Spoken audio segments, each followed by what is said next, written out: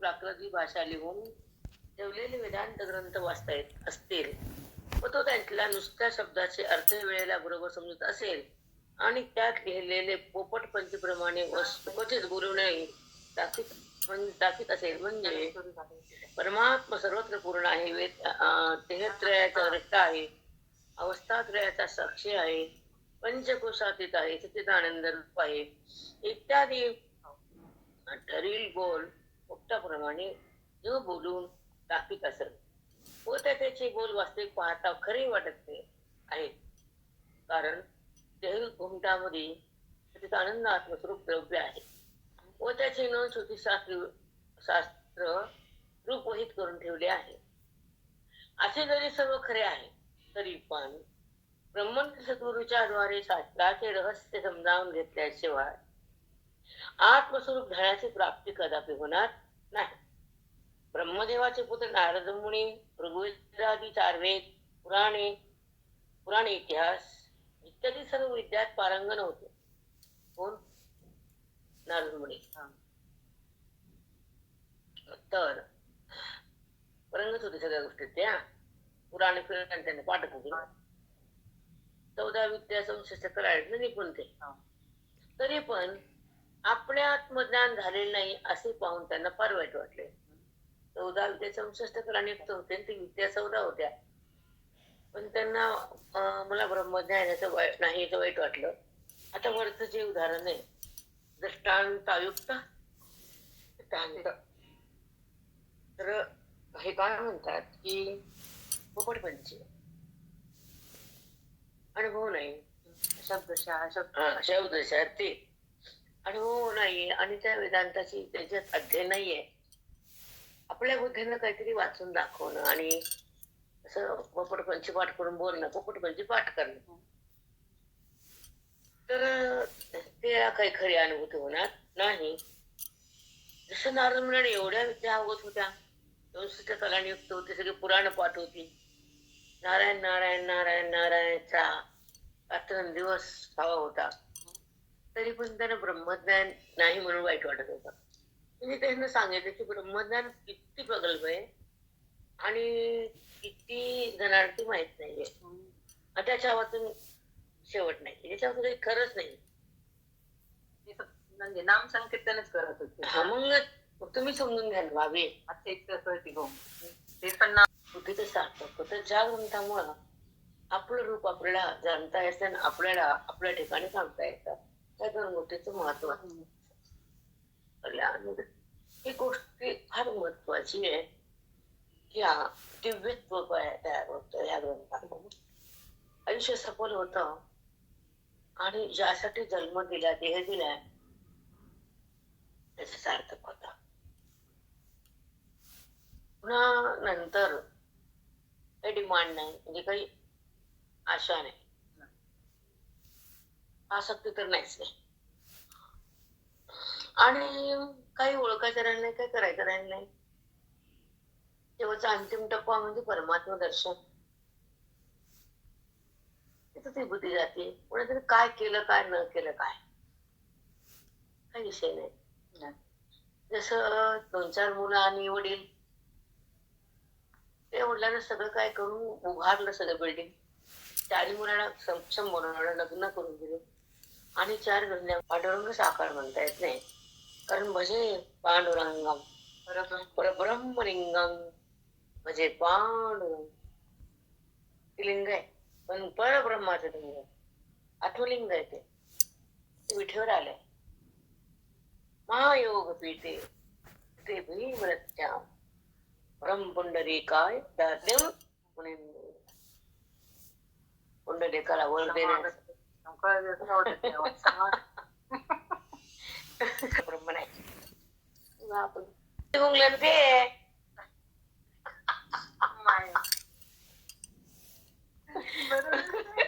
त्याने कबूल केले की हो देवा, तुमच्याकडे बघितलंच नाही, आम्ही दोघं गुंग होतो.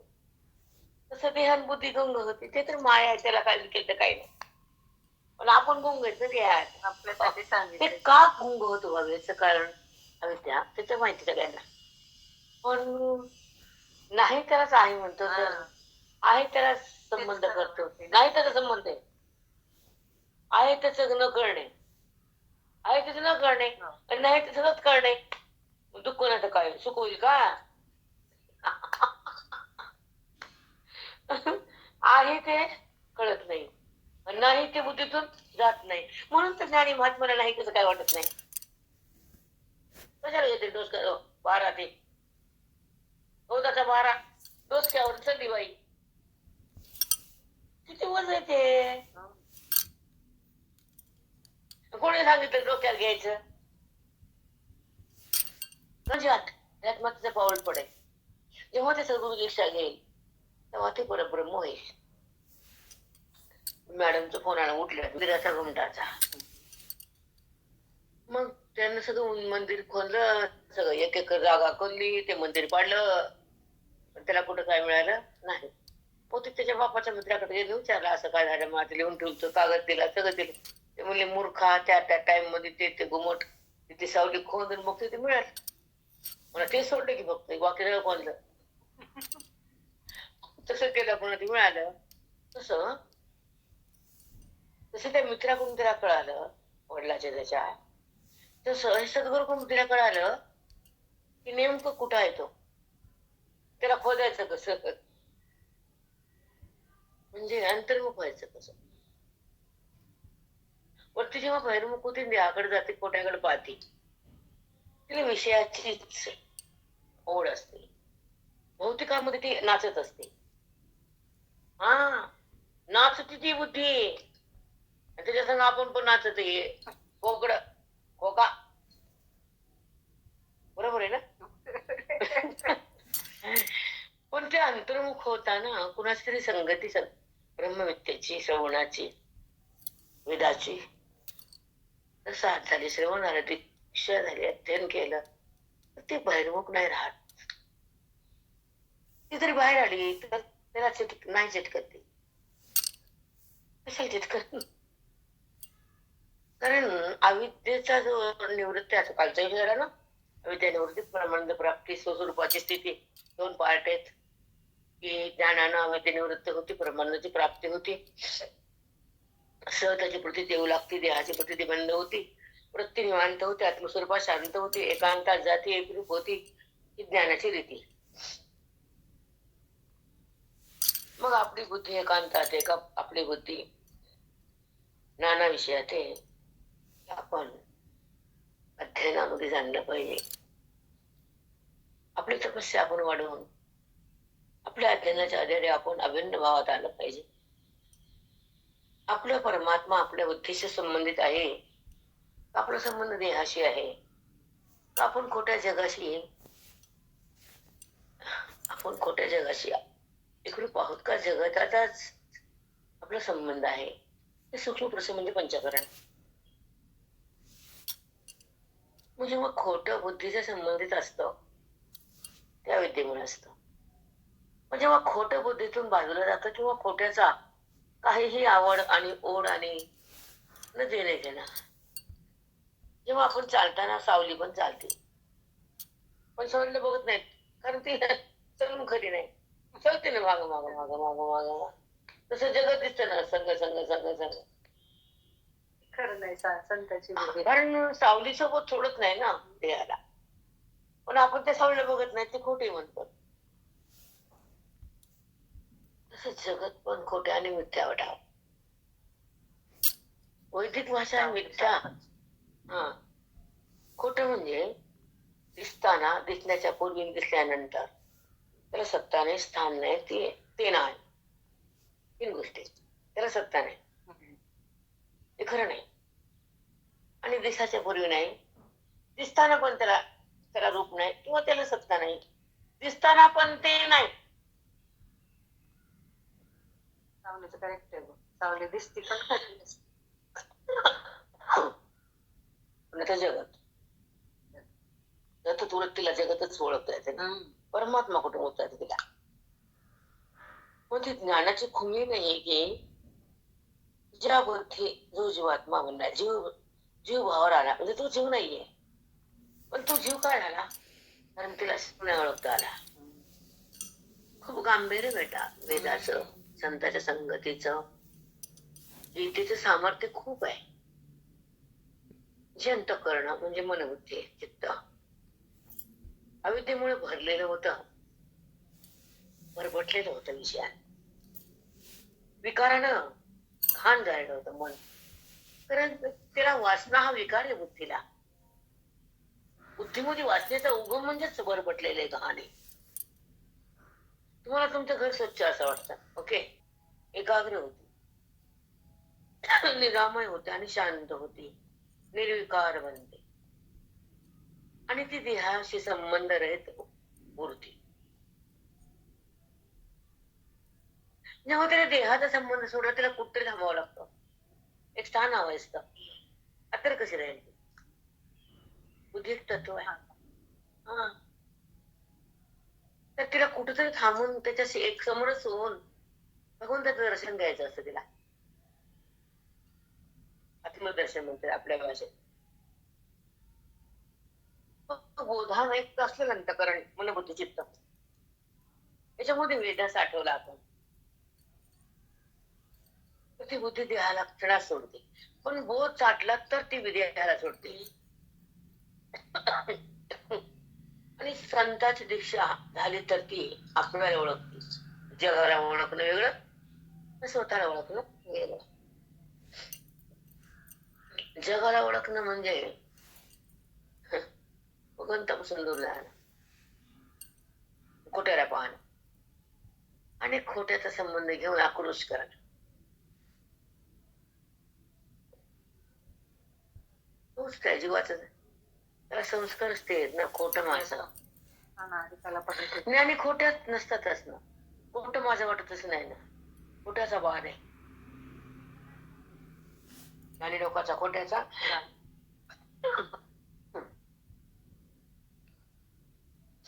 बाद म्हणजे चित्तातून ते अलग आहे आणि चित्तात भगवंताचा बोध आहे.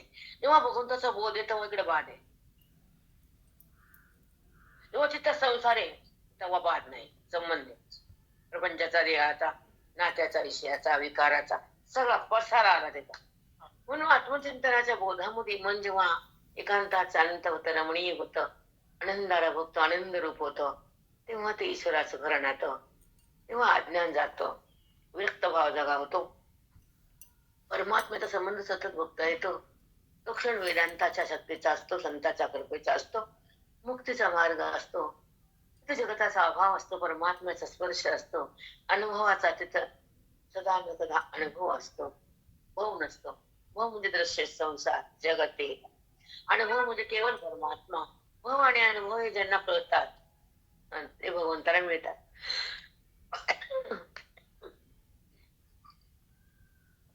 काय माहित नाही.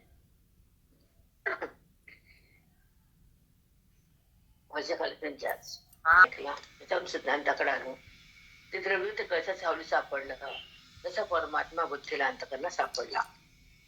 आजवर का बाहेर म्हणता तुम्ही, थोडी तू जागा ठेवत जा. कारण तीर्थ शेवटी धमा आदमाला म्हणले धमान आदम. कळत नाही म्हणजे कारण ही शक्ती त्यांच्याकडे नाहीये वेदांताचे. त्यांना ते झेपत नाही म्हणून हे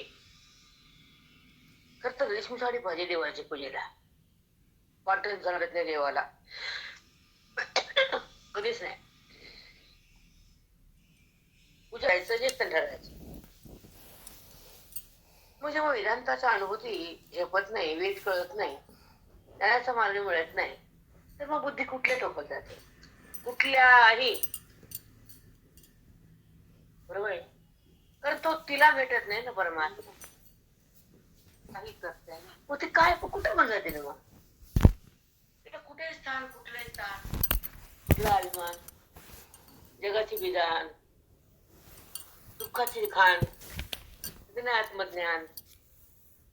आत्मज्ञान आहे का दुःख होतं का? दुःख आत्मज्ञान आणि बुद्धीला ताण बरोबर नाही. असे महाराज हुडकून काढायचे. एक सांगतो उदाहरण तुम्हाला, मग विचारायचे. समजावून घेतल्याशिवाय आत्मस्वरूप धनाची प्राप्ती कदापि होणार नाही. ब्रह्मनिष्ठ सद्गुरूकडून काय सांगितलं बाबा, शास्त्राचे रहस्य, वेदांत शास्त्राचे समजून घेतल्याशिवाय आपल्याला आत्मस्वरूप धनाची प्राप्ती होणार. आत्मस्वरूपाला धन म्हटले बेटा, हा, त्याची प्राप्तीच होणार नाही. ब्रह्मनिष्ठ गुरुला शोधून त्याच्यासोबत राहून चिंतन करून ब्रह्मनिष्ठ कृपाळू दिलं भजन बडा वाडा चिंगट काय टाटरा बसून वाढलंच नाही तर जेव्हा आणि जेव्हा काय वाढते बघा पा ती म्हणते मला राहतच नाही. तसं बोर्ड वरत का नाही ना, तसं ह्या घ्या म्हणून आग्रह करून वाढतं तर त्याला राहू का न राहू बघत नाही. ऋग्वेदादी 4 वेद पुराणे म्हणजे 18 पुराणे सर्व विद्यात परंगत होते. नारायण नारायण, तरी पण आपल्याला आत्मज्ञान झाले नाही असे पाहून त्यांना फार वाईट वाटले. बघा नारद कम पडले, आपण कोण? जे अंतर्धान डोळे झाकले की उठायचे, या लोकात त्या लोकात त्या लोकात त्या लोक मनाच्या वेगाने एवढी ताकद त्यांची. तर त्यांना वाईट वाटलं की मला ब्रह्मज्ञान नाही. कुणाचे ब्रह्मदेवाचं पोरग बापो, त्याचा बाप ब्रह्मदेव त्याला ब्रह्मज्ञान नाही. हे बाकी दुरटे भुरटे चोर त्याला कुठलं ब्रह्मज्ञान आलं? त्यानं पुराण पाठ केले ना, 18 पुराण 4 वेद म्हणले ते काय ब्रह्म ऋग्वेदादी 4 वेद पुराण इतिहास इत्यादी सर्व विद्यात परंगण होते. तरी पण आपल्याला आत्मज्ञान झाले नाही असे पाहून त्यास फार वाईट वाटते. त्यामुळे ते सनत कुमार सद्गुरु शरण गेले. सनत नंदन सनत कुमार. पण ऐका, सद्गुरु शरण गेले सनत कुमार आणि त्यांच्या उपदेशाने निर्देशीय स्वरूप पूर्ण अशा आत्म्याचे अपरोक्ष ज्ञान प्रत्यक्ष करून घेऊन विगत शोक झाले. म्हणजे विगत म्हणजे शोकातून बाहेर आले. त्यांना वाटलं पुन्हा ब्रह्मज्ञान खूप दुःख झालं त्यांना. दुःख झालं म्हणून त्यांना काय केलं, सनत कुमार यांना काय केलं, शरण गेलं आणि त्यांच्या उपदेशाने निरतिशीय स्वरूप, निरतिशीय आणि सुस्वरूप पूर्ण अशा आत्म्याचे अपरोक्ष ज्ञान, निर्तिशीय सुस्वरूप पूर्ण अशा आत्म्याचे ज्ञान त्यांना, अपरोक्ष ज्ञान त्यांना झाले. आता परोक्ष आणि अपरोक्ष पुढे येईल तुम्हाला. शब्दानं कळणं म्हणजे परोक्ष. कसं, मी समजा म्हणलं की माझं परभणीत घर आहे, बघितलं का आहे, फक्त त्याच मला घर आहे हे कळालं, पण त्या घरात बसले का मी जिंत मध्ये गे, पण माझं घर आहे मला माहिती का माहित नाही. मग त्या घरात गेल्यावर तिथं मग माझं पाहिलं त्या घराला, तसं त्याच ते गेल्या पाहिले भगवंताला. सुंदर आहे अपरोक्ष ज्ञानाचा प्रांत. ब्रह्म आहे, ब्रह्म आहे, मग आहे ते आहे एवढंच कळालं परोक्षत्वानं लांब राहून. पण जेव्हा अपरोक्ष होत तेव्हा मी आहे, तेच मी आहे अपरोक्ष. त्या घरातच मी आहे अपरोक्ष. आता ह्या तुमच्या घरात आहे, बुद्धीनं कुठं असावं कुठं नसावं फार गांभीर्य बेटा, फार गांभीर्य. किती कुठं आहे हे कळावं. आता खरं मग त्याला कुठं असं चालते ना. ते डोंगर चढला आपण देवाचा, ब्रह्मगिरी पर्वत मी चढला म्हणतो आपण.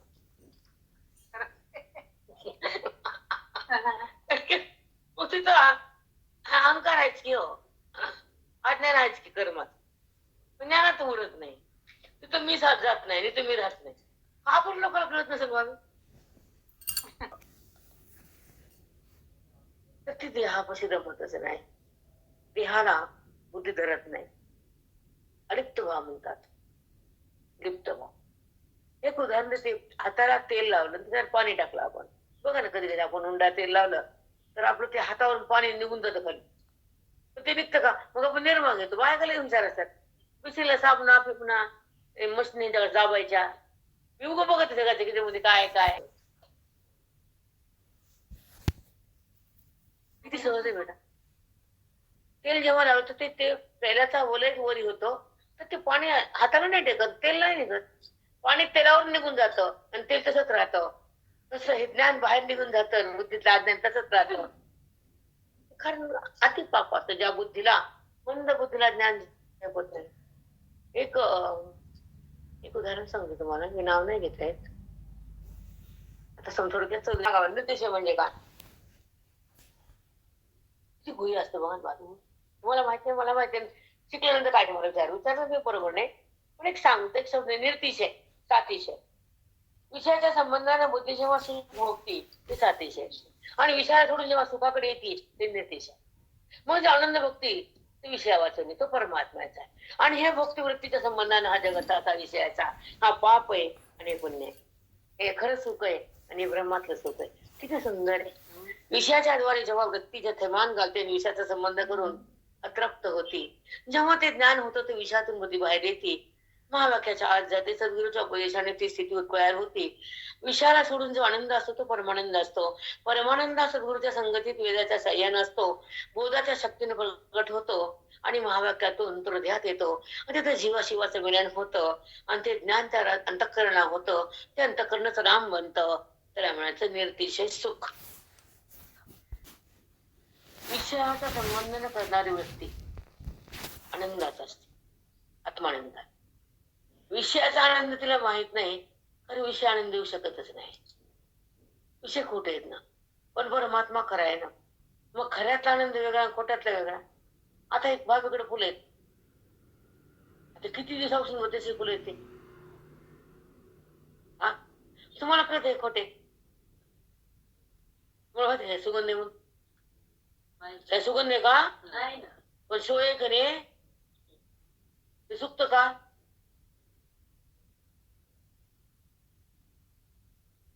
ते भगवंताला जमत का? नाही, थोडं ते वाटत जमत का असं? तसं खोटं बोल देवाला जमत नाही, तसं विकार वृत्ती भगवंतापाशी जात नाही. किती सुंदर आहे बेटा. असं कळावत आहे. तुम्ही बघता फुलापट, मी पण बघते. तो सापडतो, बरोबर आहे की नाही? म्हणून चिंतन फार महत्वाचं. चिंता नाही, चिंता असल्या चिंतन होतच नाही बेटा. तितकंच करायचं. चिंता करून चिताच आहे, चिंतन करून भगवंतच आहे. काय आपण काय करतो, आपल्याला चिंता करायची सवय लागली. झाले म्हणजे शोकरहित झाले, असे छंद उपनिषदामध्ये दिसतात. छंद उपनिषद आहेत ना, त्याच्यामध्ये विस्तार आहे नारदांचा. आता किती वाजले बघ. गुरु मुखे समजो लेजो, सद्गुरु मुखे समजो लेजो. सद्गुरूच्या मुखातून समजून घे, तो ब्रह्म सुख पाहू आजो. तू सद्गुरूच्या मुखातून समजून घेशील तर ब्रह्मसुखाला प्राप्त होशील. सुख सुंदर आहे बेटा. ब्रह्मांड सद्गुरूला उपदेशा वाचून केवळ आपल्या बुद्धीचे न व विचाराने आत्म्याचा साक्षात्कार अपरोक्ष शोध होऊ शकत नाही. ब्रह्मनिष्ठ सद्गुरूचा उपदेशा वाचून बघा ताई, जे ब्रह्मनिष्ठ आहे, जे सद्गुरू आहे, त्यांच्या उपदेशा वाचून केवळ आपल्या बुद्धीने स्वतःच्या विचाराने आत्म्याचा साक्षात अपरोक्ष शोध होऊ शकत नाही, किती बुद्धिमान असला तरी. म्हणून आपली बुद्धी किती नसणार तिथला अर्थ वाचून, पण अध्ययनाच्या द्वारे जो साक्षात्कार होतो तो भगवंताचा. स्वतःच्या बुद्धीनं कधीच नाही. एक जन्म नाही, लागेल मग नाही. कसं काय होईल? गुरुचं स्थान काय आहे, गुरुरूप काय आहे, गुरुपद काय आहे, की त्यांच्या बहुत त्यांचे संबंध, त्यांची वाणी एक प्रगल्भ असतात. आपल्या बुद्धीनं आत्मसाक्षात्कार होत नाही, पण आपला वेळ नसतो, पण जाऊ शकत होतोय. पण मधला मार्गी वाचा बाबा, समजून घ्या. पण अपरोक्ष काळ साक्षात्कार होत नाही बरोबर का? किती वाचन झालं तरी होत नाही, शक्यच नाही. तिथं लिहिलंय त्यांचं काम त्यांनीच करणार. कारण सद्गुरूच्या संगतीशिवाय, श्रवण भक्तीशिवाय, अध्यात्माच्या तपाशिवाय बुद्धीला ब्रह्मरूप येतच नाही. म्हणून तर तुमच्या त्या वाचनाला ह्याला आम्ही एवढं ते किंमत देत नाही. आम्ही अध्ययनाला तुम्ही ठिकाणी जेव्हा वेदाचा अभ्यास होतो, मन शांत होतं, अज्ञान निवृत्त होतं आणि ईश्वराचा संबंध होतो, जगत भाव असतो, बुद्धी आत्मा राहते. हे चिंतनाची रीती, मोक्षाची रीती. आपल्या बुद्धीने काय करणार, नाही कसं काय होणार? इतकं खोल जाता कसं काय माणूस शब्द साकारते, अनुभूतीने आत्मसाक्षात्कार कधीच नाही. अध्ययनाचा निभान दुसरीकडे का गेले कृष्ण असतं. त्याला हरीला भेटायचं असतं, त्याचं अज्ञान फाटायचं असतं, त्याचं बंधन तुटायचं असतं, त्याला आपलं सत्य जगायचं असतं, त्याच्यानं अवाच्य बनायचं असतं. तर ते फक्त श्रवणात येतं. नाही, इंटरेस्ट नाही. वाचन आणि श्रवण जमीन आसमान आहे, आसमान.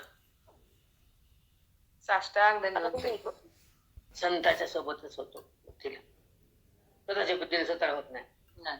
कोण किती स्मार्थ व्यास येतं त्या मी हेच बोलते. कुणी वाचू दे त्याला हेच नाही. हा. स्वतःच्या बुद्धीने होतो का, नाद्याशिवाय होतो, श्रवणाशिवाय तो कळतो का, वेदांताशिवाय मिळतो का, अज्ञान गेल्याशिवाय त्याचा संबंध होतो का. किती सुंदर शब्द ते. आता आम्ही कधी वाचलं पण सकाळचं, पण सद्गुरून हृदयमय करून दिले म्हणायचे बापा. हो, तुम्हाला आता हृदयमय झाला, आम्ही करून दिला का नाही, आमचं काम झालं. हो काका झालं ना तुम्हाला, कळालं ना. नाही का तर येण्यासाठी अध्ययन करणं, ब्रह्मसदुर्ग जाणं, श्रवण करणं आणि स्वतःला समजून घेणं आणि आत्मपदावर राहणं बुद्धीनं, हे अंतिम सत्य आहे. हरे ठरस येश ज्ञानदेव